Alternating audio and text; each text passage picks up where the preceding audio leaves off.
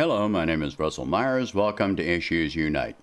All right, so as of this time, the United States is conducting war games in 17 time zones across the globe.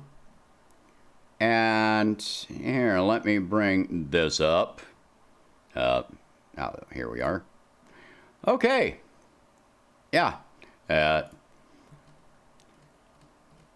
USA, this is, keep in mind, 17 time zones. There are only 24 time zones across the planet.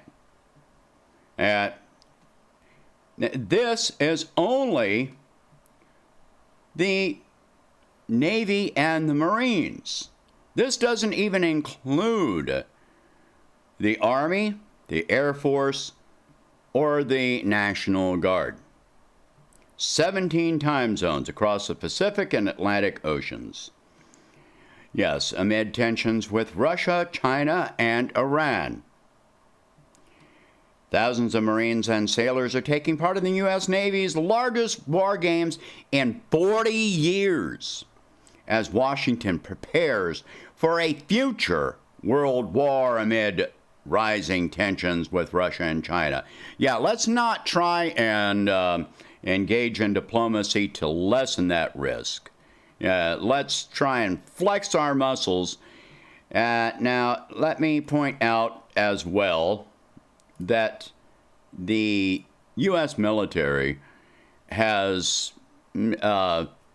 run simulations of a war with China, and in every simulation involved that they have run by the U.S. military, by the U.S. government, in every simulation, the United States lost terribly. I mean, there was the only way that the U.S. military was able to win these simulations was by including technology and equipment which does not exist. It hasn't even been developed. So when you're tossing in Russia and Iran, then there is a 100% probability that the United States would lose any of these conflicts. Let me continue on with this. So,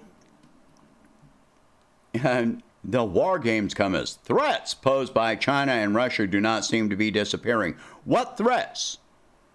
Is Russia or China and the Gulf of Mexico or off the coast of California or New York? No. They're not posing a threat to the United States. All right, Beijing continues to stage war games off the coast of the island, which is Taiwan, in what is widely seen as a dress rehearsal for an invasion.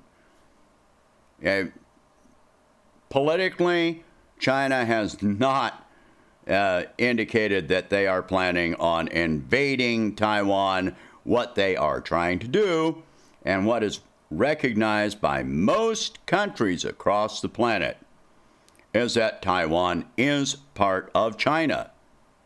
There are only like 2 countries in the entire world that recognize Taiwan as a nation. Only 2 countries. The United States, of course, being one of them. I think the other one is the UK, which used to, of course, colonize China and Taiwan, and So the colonizing powers do not recognize the state of Taiwan as being, whatever I'm saying. Yeah, sorry, too early in the morning. All right, Navy vessels have intensified drills in the Taiwan Strait, and aircraft carriers regularly stalk U.S. vessels in the South China Sea. U.S. vessels in the South China Sea. In addition, Vladimir Putin states, we are capable of detecting any underwater, above water, airborne enemy, and if required, carry out an unpreventable strike against it. Last week, Moscow warned of an inadvertent conflict if the U.S. pushed ahead with the deployment of long-range hypersonic rockets in Europe. Why would we be deploying hypersonic long-range missiles in Europe? Why? Russia has not been conducting war games outside of their own borders except in conjunction with China in the South China Sea. So, and yet here we are conducting war games in 17 time zones across the planet. Who is the aggressor here? If there is a conflict, a political, economic conflict between China and Taiwan, that is something that should be settled within the confines of the United Nations. We don't have anything to say about it except within that framework. The United States is still trying to be the world dominating empire.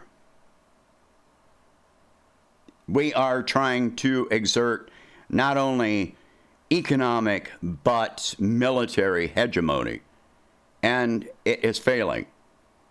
Let me also point out, how much do you think this is costing? How much do you think this costs? The Congress just gave Biden another $25 billion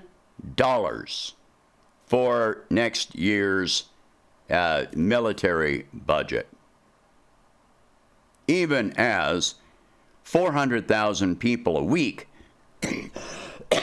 pardon me, allergy medicine hasn't kicked in yet, but even as 400,000 Americans per week are declaring initial claims for unemployment, even as we are still in a pandemic, even as people are still dying from a virus, even as millions of Americans, tens of thousands of Americans, even before the pandemic, were dying from lack of medical care.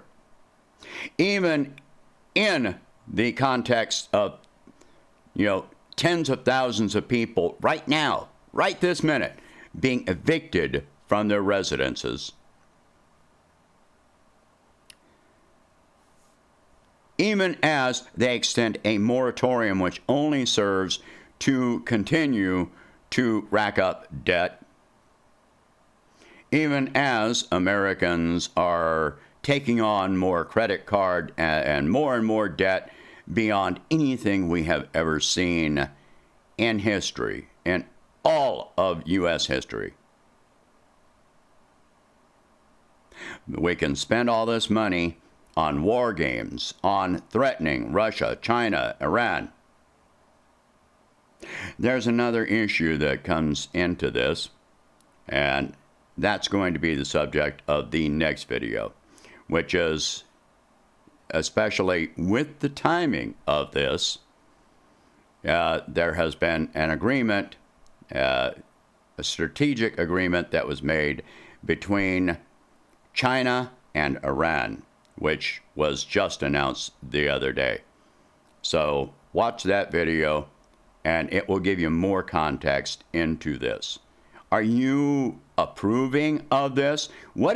Name any positive to this?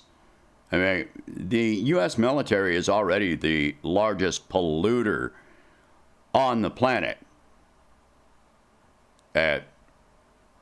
The U.S. military as an organization is the biggest spender of the planet and does not pose any profit for anyone except for weapons manufacturers, the elite of the elite, the 0.001%. So who's benefiting from this? It's not you and it's not me. There is absolutely no benefit to this at all. It is ramping up tensions. It is costing too much money. It is polluting the freaking planet. So there is no benefit to this.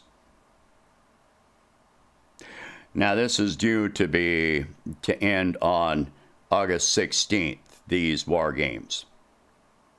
So even at this point, it will do no good to contact elected officials or anything because it's not going to have any effect on this war game. But where are we? The biggest war games in 40 years. All the people that support the current administration and say that this was going to lead to some form of peace, how are you feeling about that now? Is this going to lead to peace? I absolutely do not think so. There is no chance of this. Are Russia and China just supposed to bow down? What do you think the chances of that are? Are they just going to just stop whatever? There are absolutely no demands being defined or made. There is no diplomacy. There are no talks going on here, that except for Russia and China to do whatever the United States tells them to do. That is not diplomacy. All right? Share this video. Talk about these subjects, and please watch the next video. That is regarding the Iran and China strategic agreement that was just announced. And thank you very much for watching. If you can, please donate $1 a month to help expand the channel, and I will catch you in the next one.